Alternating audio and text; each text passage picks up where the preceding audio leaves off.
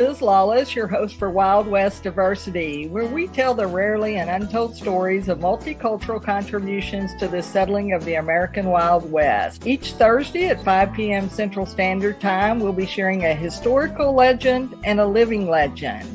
Someone from history and someone living that Western lifestyle today, keeping it alive for the future generation. We hope you'll join us on Thursday. If not, we'll see you on the trail. Hello, this is Liz Lawless, your host for Wild West Diversity, and we're just delighted today to be talking about episode 10. This is our 10th episode, and today we're talking all things Buffalo Soldiers. And I'm just delighted to have my guest here today, Sergeant Sam Allen. Sam has been doing some work with the Buffalo Soldiers for a period of time now, and so we're going to hear his story. How you doing today, Sam?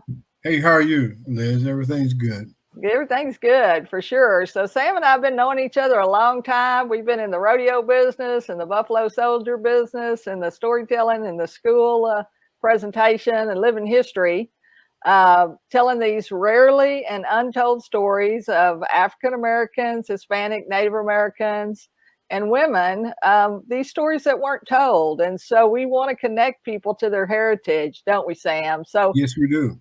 How did you get started in this Buffalo Soldier activity? Well, short story. My brother actually started. He was a former Dallas police officer, and I was at Garland, Texas, and we both were community minded.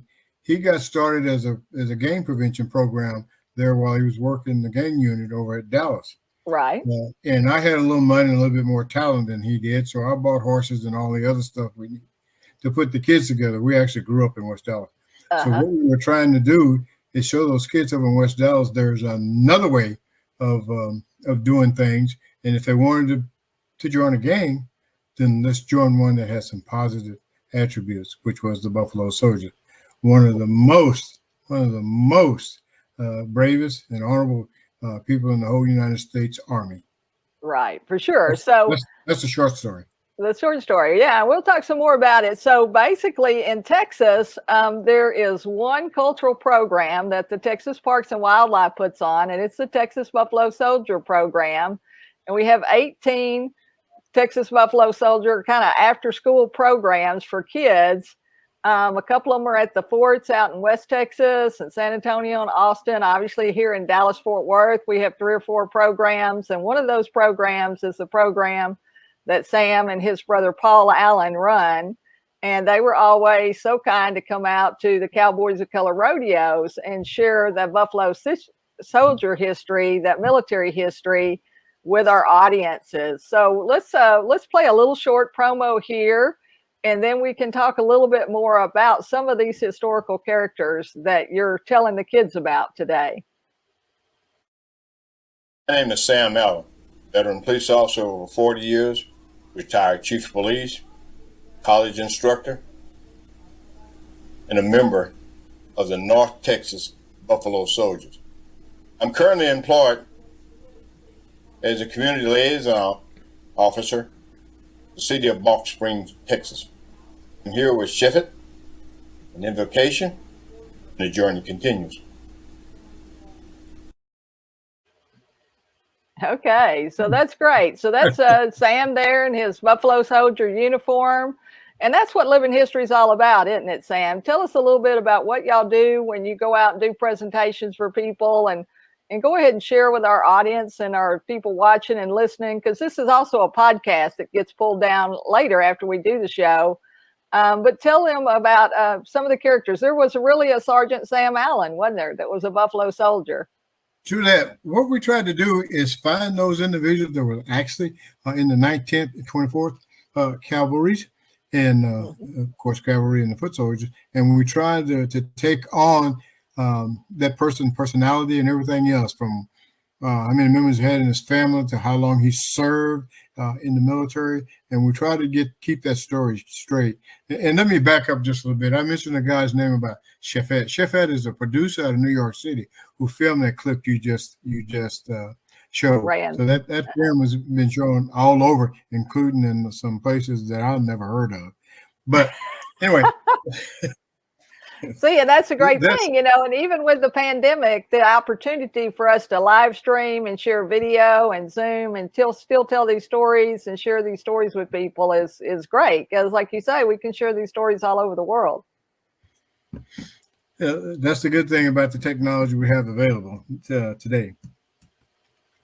I'm sorry, Liz. What was the other question that you asked? So who do you play? So when y'all do living history, when y'all go out to a school or a church or a community center or a city or a library or something like that, community center, do you just play a Buffalo Soldier in general, or do, like you say, you were talking about, take on a character? Is there somebody that you like particularly from history that you like to share his story?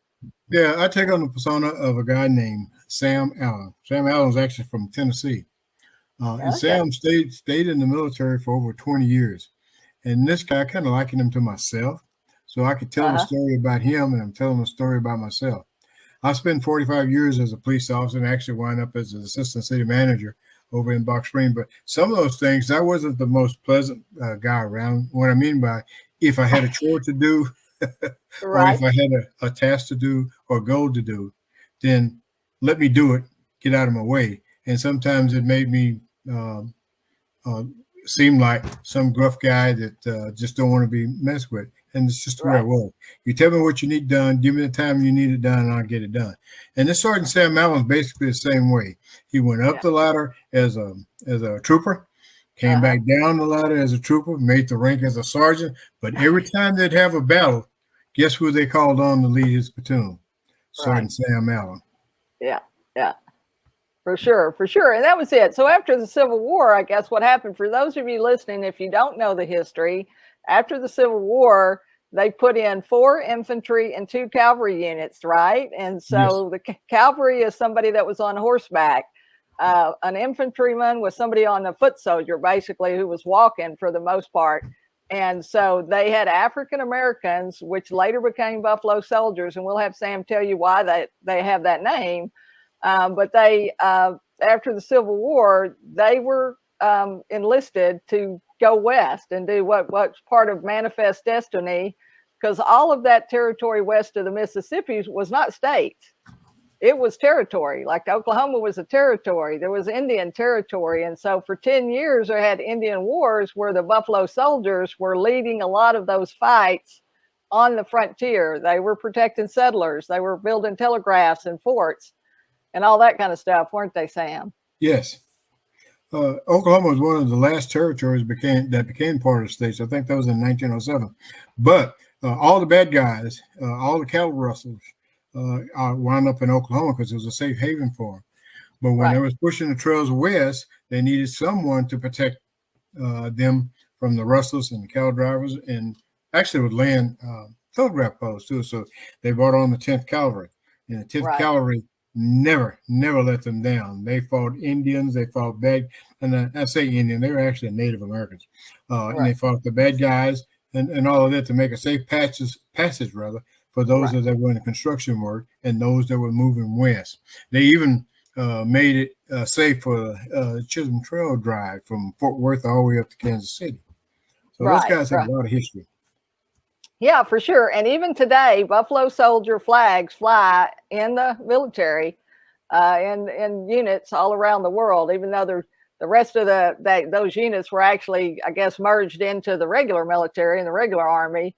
But they still have their flags that fly, and there's still people like Sam and his brother and other people around the country telling these stories, because we want to share these stories not only with kids, especially so that they make that connection, but with adults as well. So there was a guy, wasn't there? There was a guy named that was a colonel right here that he made his way kind of up the list, and he basically had men that served under him, where a lot of the Buffalo Soldiers always had a white officer. Well, there were several officers that finished West Point. Several. There was one in particular that had the roughest time. That guy's name was Flipper. Right. Yeah. Flipper was one of the first guys to finish. Flipper was a very, very intelligent man, but he had a rough time at the academy, like most people of color back in the day.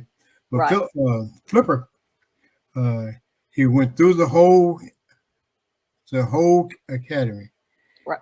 Whipper was finally given his commission and assigned to a unit as a supply supervisor or supply commission officer. Right. And then they came up with this whole deal about him being a thief, stealing money from the commissary or something like that. But it all boiled down to he was dating a white woman, and they didn't like that, so they booted him out with with an undesirable with that same thing. Yeah, but he did. But he also was an engineer, and I know he did some water work, some stuff with water, and especially in desert and dry area and arid areas.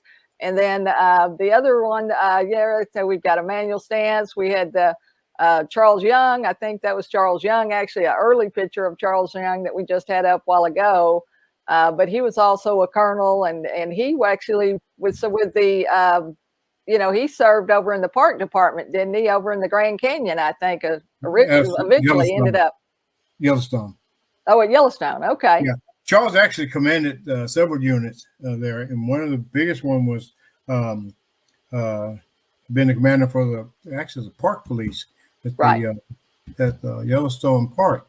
Is what he commanded. The first, I guess you would call them police or safety officers for Yellowstone Park, the Buffalo Soldiers, and that's the real duty was to keep it safe there and make sure that the bears and the Native Americans didn't overrun the place over, and they did that. But Charles Young was the first to command a whole unit as a person of color. Right. Yeah, so very interesting history, all across the country, all across the western states for sure. Wonderful picture of Sam and his. Where'd you find that one? Maybe I can find everything. And so, it's a great history. It's a great legacy. It's an honorable legacy. And, it's a story that hadn't been told very much. And so, that's why we go out. That's why, we love the rodeos, because we got access to a large group of people at one time. We love to go out and talk to a school, but when you go out and talk to a school, maybe you see 200 or 300 kids. Yeah. At the rodeo, we maybe have 4,000 or 5,000 people, coming through, and are they all stunned, Sam? What do people say to you when they come up and they see you in uniform? Well, they want to know about. Actually, they say, "Gosh, is that a Civil War uniform?" And of course, the answer to that is no. The Buffalo Soldiers came after the Civil War, but I always tell them that some of these same guys that were in the 9th, 10th, 24th, and 27th they actually fought in the Civil War. Some of them fought on the southern side.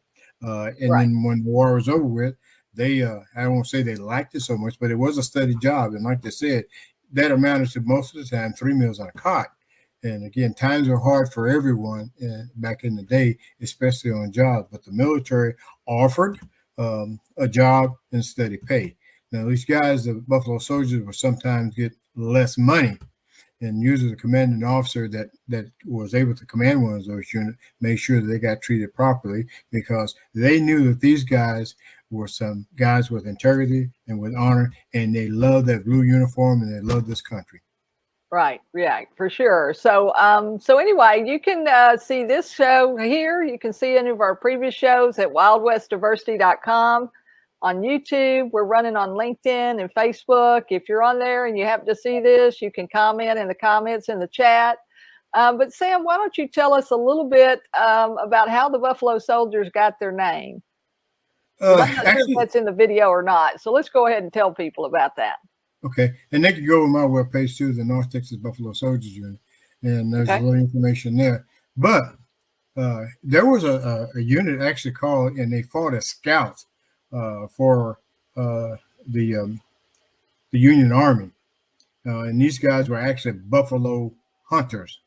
They wore the jackets and all that, but most of these guys were, like you said, were hunters. They went out there and they hunted the buffalo, and usually the meat was used to feed the military. And then after the Civil War, we had those individuals that were recruited to the military, and all of these individuals, except for the commanding officer, were Black. So when our first encounter with the Native Americans were that, hey man, these guys will fight you. Right.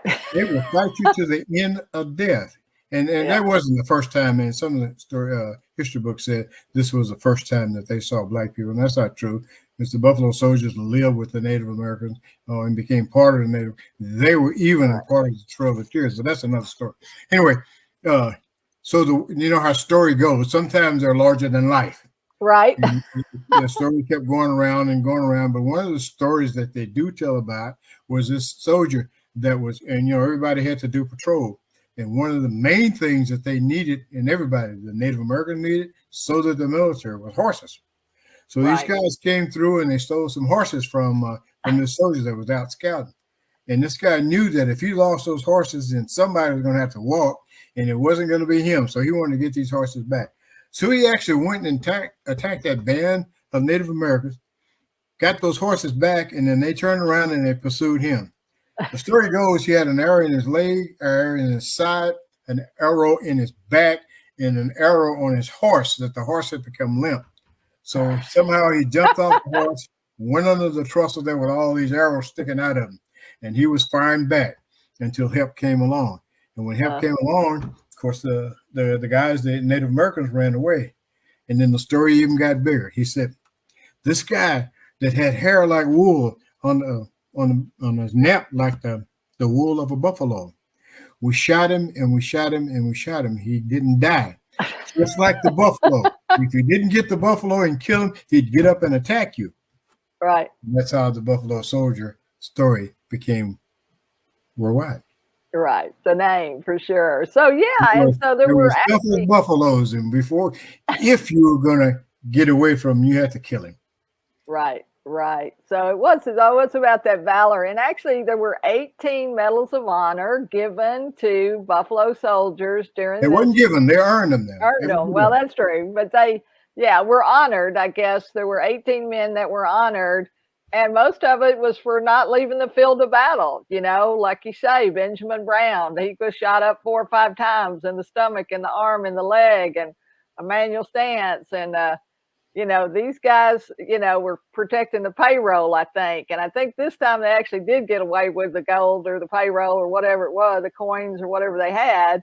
But one of them crawled, you know, a mile to a farmhouse to get help, you know, because they were overrun, you know, they were attacked by bandits, you know, and it was a small unit. But all of these guys, you know, like you say, they were proud to be there. They fought hard. You know, and it was a job. And even though like you say, you know, they didn't always get the best equipment. They didn't always get the best horses, but they made the best of what they had. You know, and they were used to doing things. They were used to making their own tools. They were used to making their own ropes and other things out of materials and things like that. And so it's a proud legacy. It's a legacy that we want to tell people. I think we do have another video where you share some stories about Buffalo soldiers and some of the things. So why don't we go ahead and watch that, and then we'll come back and follow up and wrap up. Okay. People need to know about the Buffalo Soldiers because that was part of our history. That was part of our U.S. history, and also it's part of, most important, part of our military history. Is that after the Civil War, we had to put the states back together. We had to put the people back to work. We had to put people back to building. We had to put our children back in school.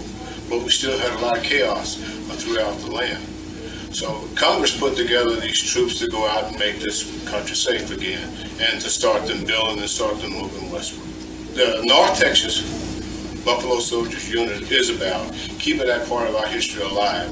There's not a whole bunch written about the significance that the Buffalo Soldiers played in the United States, so we're just trying to keep that part of the history alive so that we can pass that information on to show that how much everybody played in resettling this country. To me, the most important lesson that the Buffalo Soldiers can teach to the youngsters today is diversity. And that is that we had a group of soldiers. They actually was coined as the colored soldiers. The Native Americans gave us the name of Buffalo Soldiers. But what they were able to do was to put together people and learn from each other. Learn that differences sometimes meant things it made things better. They learned from the Native Americans on how to catch horses, train horses. They learned from the Native Americans how to live off the land. They learned from the Hispanic on parts of their culture how to survive in the heats of the plains of Texas and California. They learn how to use nature as part of what they need to do to survive. They also learn the language in order to be able to communicate with the vast majority of what a Spanish speaker and Native American tongue, which were over 27 dialects, I believe. I'm a career police officer, and about 15 years ago, my brother and I thought that instead of continually putting people in jail, especially our young folks, we need to be able to give them another outreach. We need to be able to tell them that things aren't as bad as they think it is. So we tell them the history of the Buffalo Soldiers, how these guys up from slavery had no concept of anything beyond the plantation, how they didn't know how to read or write or add or subtract. And we showed them the hardships of these individuals, and then we taught them how they learn and the importance of learning. That was always something that they look forward to, and I mean what they look forward to is that if they're most trained, the toughest one of their adversaries were always the Native American, and actually that's how the Buffalo Soldiers got their name. They fought with each other, and they had sort of a love-hate for each other. In fact, it turned into a pride. The Native Americans' most prized animal was the buffalo. The buffalo meant just about everything to them. It was shelter for them. They took the hides and they tint for them. It was food, of course, for them.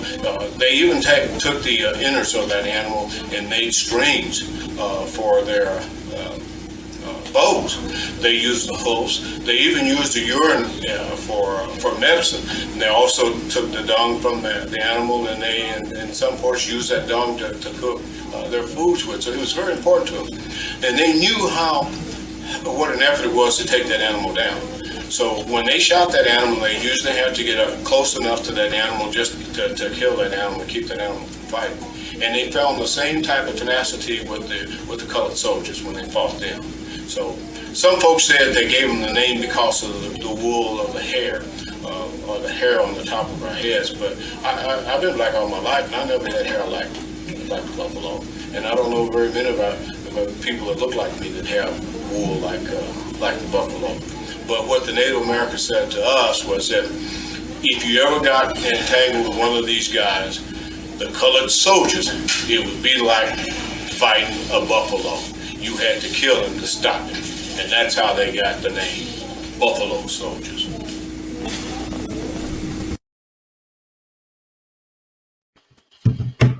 So that's so fun. Yeah, so that's fun there. So that's some of that history that we like to share. And so I appreciate you coming on today, Sam, so much and talking about that.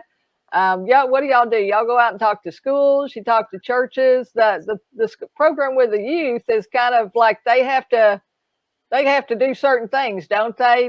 They got to stay out of trouble to be able to wear the uniform and to be around the horses.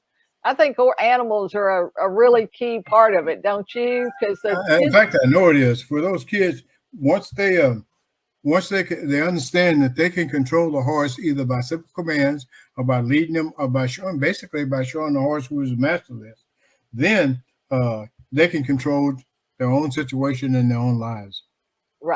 Right. So they want to come back, and so they do better. They want to be around the horses. They want to be around these men that are role models for them, from the North Texas Buffalo Soldiers and our other Buffalo Soldiers across the state. There are Buffalo Soldiers in, like you say, in Oklahoma and Colorado and Wyoming and in the northern states. And so we appreciate that. And we want to tell this history because a lot of people just don't know about these stories and about these men. And so that's why, I wrote the book Western Legends, and there are a number of Buffalo Soldiers there, like you say, because this was a solid job. We talked in the previous show about Kathy Williams, the only documented female Buffalo Soldier, who obviously one of our members portrays her, Lee Reed, who's a great storyteller and is she part of the North Texas Buffalo Soldiers, or she runs Lakeside kind of over in Fort Worth, doesn't she? Yeah, but she's part of the North Texas Buffalo Soldiers, and then we have the Buffalo Soldiers Association, which we're all part of. Right, right, which is a larger association. I think she Right. was the first woman president too, wasn't she? That is true. Of the Buffalo Soldier Association. So if you've got kids or you want to know about this history, you can go to North Texas Buffalo Soldiers. You can go to Wild West Diversity. You can find some of those films. You can check out our books. If you come to the rodeo's in Fort Worth, maybe the rodeo in Dallas. Oklahoma City's coming up here in May, the first week of May, actually next week on the 7th, May the 7th, 2 weeks from now, I guess. They'll be in Oklahoma City, and you can see some of these guys participating. The cavalry guys, they ride in the grand entry. They're in their uniforms. They set up their tents. They set up their artifacts and things like that, so that the kids can see and actually see what it was like to live back then. Because y'all didn't have a you didn't have a cabin or a house or any of that kind of stuff, did they? Tell us a little bit before we leave here, what it was like what kind of equipment did the Buffalo Soldier do? And what did they have to do? Like the infantry had to walk how many miles, and they had to carry all their stuff, didn't they? The infantry They had to pack their stuff. The infantry had to walk everywhere, but it wasn't an easy life. The cavalry had a little bit better because they were on the horses, but the life wasn't as bad. In fact, for some of those guys, it was actually better than living the life that they had. This was, again, after the Civil War. Most of these guys had spent time as slaves, and the slaves were living under deplorable conditions. So Right. they saw this as an opportunity to have something a little bit better. And in those units, most of those units, especially the cavalry unit, because they had a little bit more time for downtime than the infantry. There, they learned how to read and they learned how to write. And the most important part of that, Liz, go ahead.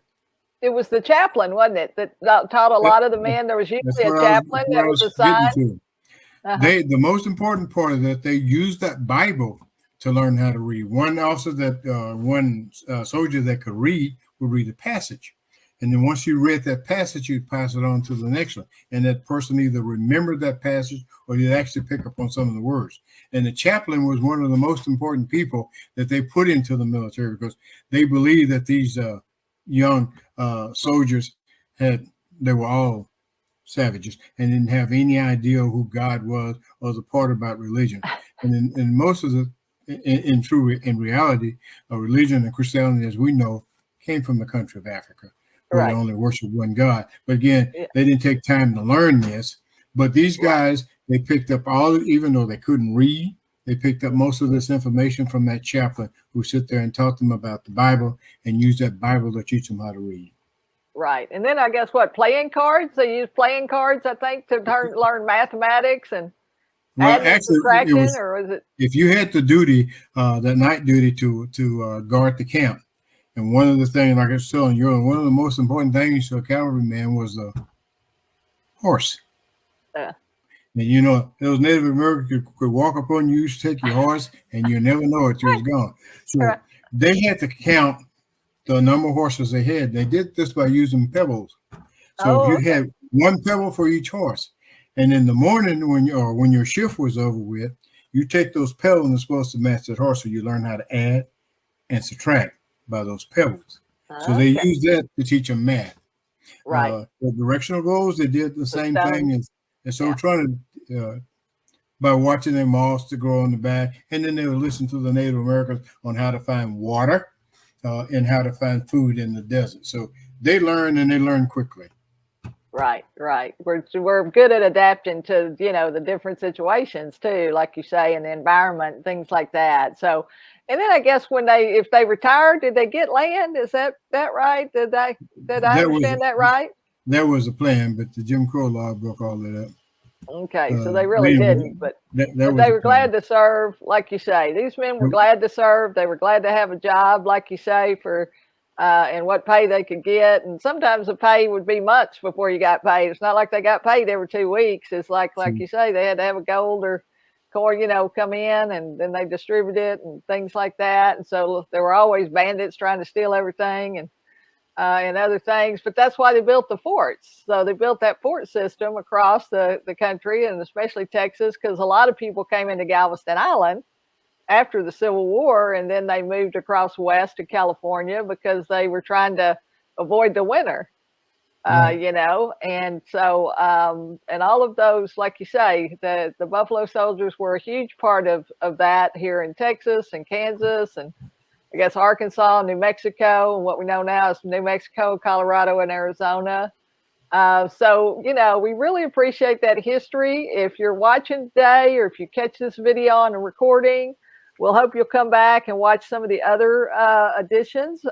This is our 10th episode, so we've talked about rodeo. Last week we had an artist, an Asian artist on, who paints rodeo and Western scenes and cowboys, because he had a friend that lived down in South Texas that was a part of the State Department when he lived in South Africa, for 30 years. So we had Lapno on last week, and in a couple of weeks from now, we'll have Wild Bill's Western wear. So we'll be talking about boots and boot making and jewelry making and hats and all of that kind of stuff. So we hope when you come to Wild West Diversity that you hear these different stories. And if you want to do something related to that Western lifestyle and you want to learn more, you need to read, don't you, Sam? You need to research. You need to learn to read. That's one of the most important things that they thought that they needed, and actually did, is to learn how to read and learn how to add and subtract. Right. And so, you know, you can research this. There's, like you say, in some cases, there's not a lot of great good information that's easy to find. You really kind of have to look for it. The good thing about the military is they kept good records. So if you ever have a chance to go, to Washington, D.C. or somewhere like that, you want to visit those museums, you want to go to those places where you can see some of this history, and that history is visible. If you come to Texas, we want you to be looking for the North Texas Buffalo Soldiers. We want you to look for Wild West Diversity or Cowboys of Color Rodeos. And you're going to hear about these people, these individuals who, because of their choices and their actions, they lived really extraordinary lives in really difficult times. And so I think they're great role models today. Don't you, Sam, the Buffalo Soldiers? Absolutely. Yeah. And again, you have a couple of books that give you a brief rundown of just about everything you want to know about the diversity of the West, and also about the Buffalo Soldiers, along with those women that were part of the growth of the especially Texas and the United States. Right, for sure. So, well, Sam, I thank you so much for coming on the show today. Obviously, we could talk for 2 or 3 more hours, but we only have 30 minutes here for the show. But we want you to check out Sam and them. You can do Sam Allen, Buffalo Soldier, and there are probably a number of other videos of Sam. Before we end, what's the other character that you like to tell people about? Sam, go ahead and share that with us too, would you? Well, because I was in law enforcement for a long time, Bass Reeves. And that's one of the most interesting characters you'll ever run across. He was one of the only he was the only black U.S. Deputy Marshal west of the Mississippi. Now, they had other deputy marshals, but the only one west of the Mississippi. And this guy was one of the most honorable men you could find, and one of the best law enforcement officers you could find. Actually, he got rich doing what he was doing. Now, they don't talk about that a whole bunch, but he arrested over 3,000. Well, he arrested over 3,000 men, bad guys. Yeah. All of them were bad guys. And for each one of those men, there was a bounty for him. And that's how he became rich on him. He was a deputy U.S. Marshal for Judge Isaac Parker. And Parker was better known as the hanging judge. Yeah. He was so good that when they heard that Bass Reeves was coming out to arrest him, a couple of those guys, I mean, you're talking about real bad guys, would give themselves up. And they said, I'd rather give myself up to you than for you to bring me in. That's And you talked about him being, honorable. I think he actually even arrested his son, didn't he? He did at that. His son killed his wife. His son's wife. For whatever reason, she got angry, they said, because she was having an affair. But again, there was not a whole bunch of information. There was a reason for him to kill his wife. I think his name was Benji. Anyway, he killed him and took off. Bass was coming back from his long hunts from looking at criminals, and this warrant was laying on his desk. None of the other 200 marshals would pick it up because that was Bass Reed's son. Now, here's another important thing about Bass Reed. He could not read. Oh, He cannot read or write in the English language. But you gave him a warrant, told him who that warrant was for, give him the description of that warrant, he memorized it. Now, he could speak 4 different dialects of the Native American tongue, but he couldn't read. He could read every sign. He could tell you which way that horse traveled, how many people were traveling on that horse, which way that horse went, but he couldn't read. This is Bass Reed. But he was a great scout, and he had lived with the Indians too in the early days, hadn't he? After he'd escaped from, I guess he was a slave originally, and then during the war maybe worked, but got away or escaped and moved into the Indian territory and lived, and so that's why he kind of knew about him too. And actually, he beat up his slave owner. Had a fight with him, and ran and left to escape from that. Okay, that makes sense. And then after the war, he they actually Judge Parker looked for him after they found out what he was doing about his tracking over here and being a scout for the U.S. Army. Right. He was also a Confederate soldier. Oh, okay. Is that important? Yeah. Absolutely, because that's part of his history. Right. Well, and then that's the thing. We've got to tell our history, because if we don't, we don't want to repeat the mistakes of the past, and if people assume that there is no past, I mean, we got to be able to talk about those things, and we got to share our stories, because a lot of people have stories. Everybody has some kind of story and a heritage, and most of the time it's a mixed heritage. We're all benefiting either through food or music or language or art or furniture or land, whatever it is. We're all connected in one way or the other. Yeah, we really are. And so I appreciate you so much, Sam, coming on the show today and talking about the Buffalo Soldiers and sharing those stories about Sergeant Sam Allen and Charles Young and Flipper. Mr. Flipper, he was the first one to graduate from West Point. Like you say, these other Black soldiers also graduated from West Point, and it was difficult for them. They weren't, they were mistreated, I'm sure, in multiple ways, but they stuck it out and they stayed with it, and because they wanted to wear the uniform, and they were proud, like you say, to serve their country. So thank you, and we thank you for your service, your law enforcement service, all these years, and especially your work with kids too. That you have a heart for young people and helping them find the right path, because it only takes one bad decision, to affect the rest of your life. And so that's so true, and that's the message we're trying to put out also. Yeah, so for sure. So if there's one last thing you want to share with our audience, Sam, what would it be? We're all connected in one way or the other. Okay. So let's treat each other with respect. Right. That's right. So treat all of it with respect, and treat somebody how you'd want to be treated, for sure, too. So, well, this is Liz Lawless, your host for Wild West Diversity. We appreciate you listening and watching today. You can come back anytime and see these recordings. We're here on Thursdays, every Thursday at 5 o'clock from 5 to 5:30. Hopefully you'll join us here. And if you don't, we'll see you on the trail. Bye. Hello, this is Liz Lawless, your host for Wild West Diversity, where we tell the rarely and untold stories of multicultural contributions to the settling of the American Wild West. Each Thursday at 5 p.m. Central Standard Time, we'll be sharing a historical legend and a living legend. Someone from history and someone living that Western lifestyle today, keeping it alive for the future generation. We hope you'll join us on Thursday. If not, we'll see you on the trail.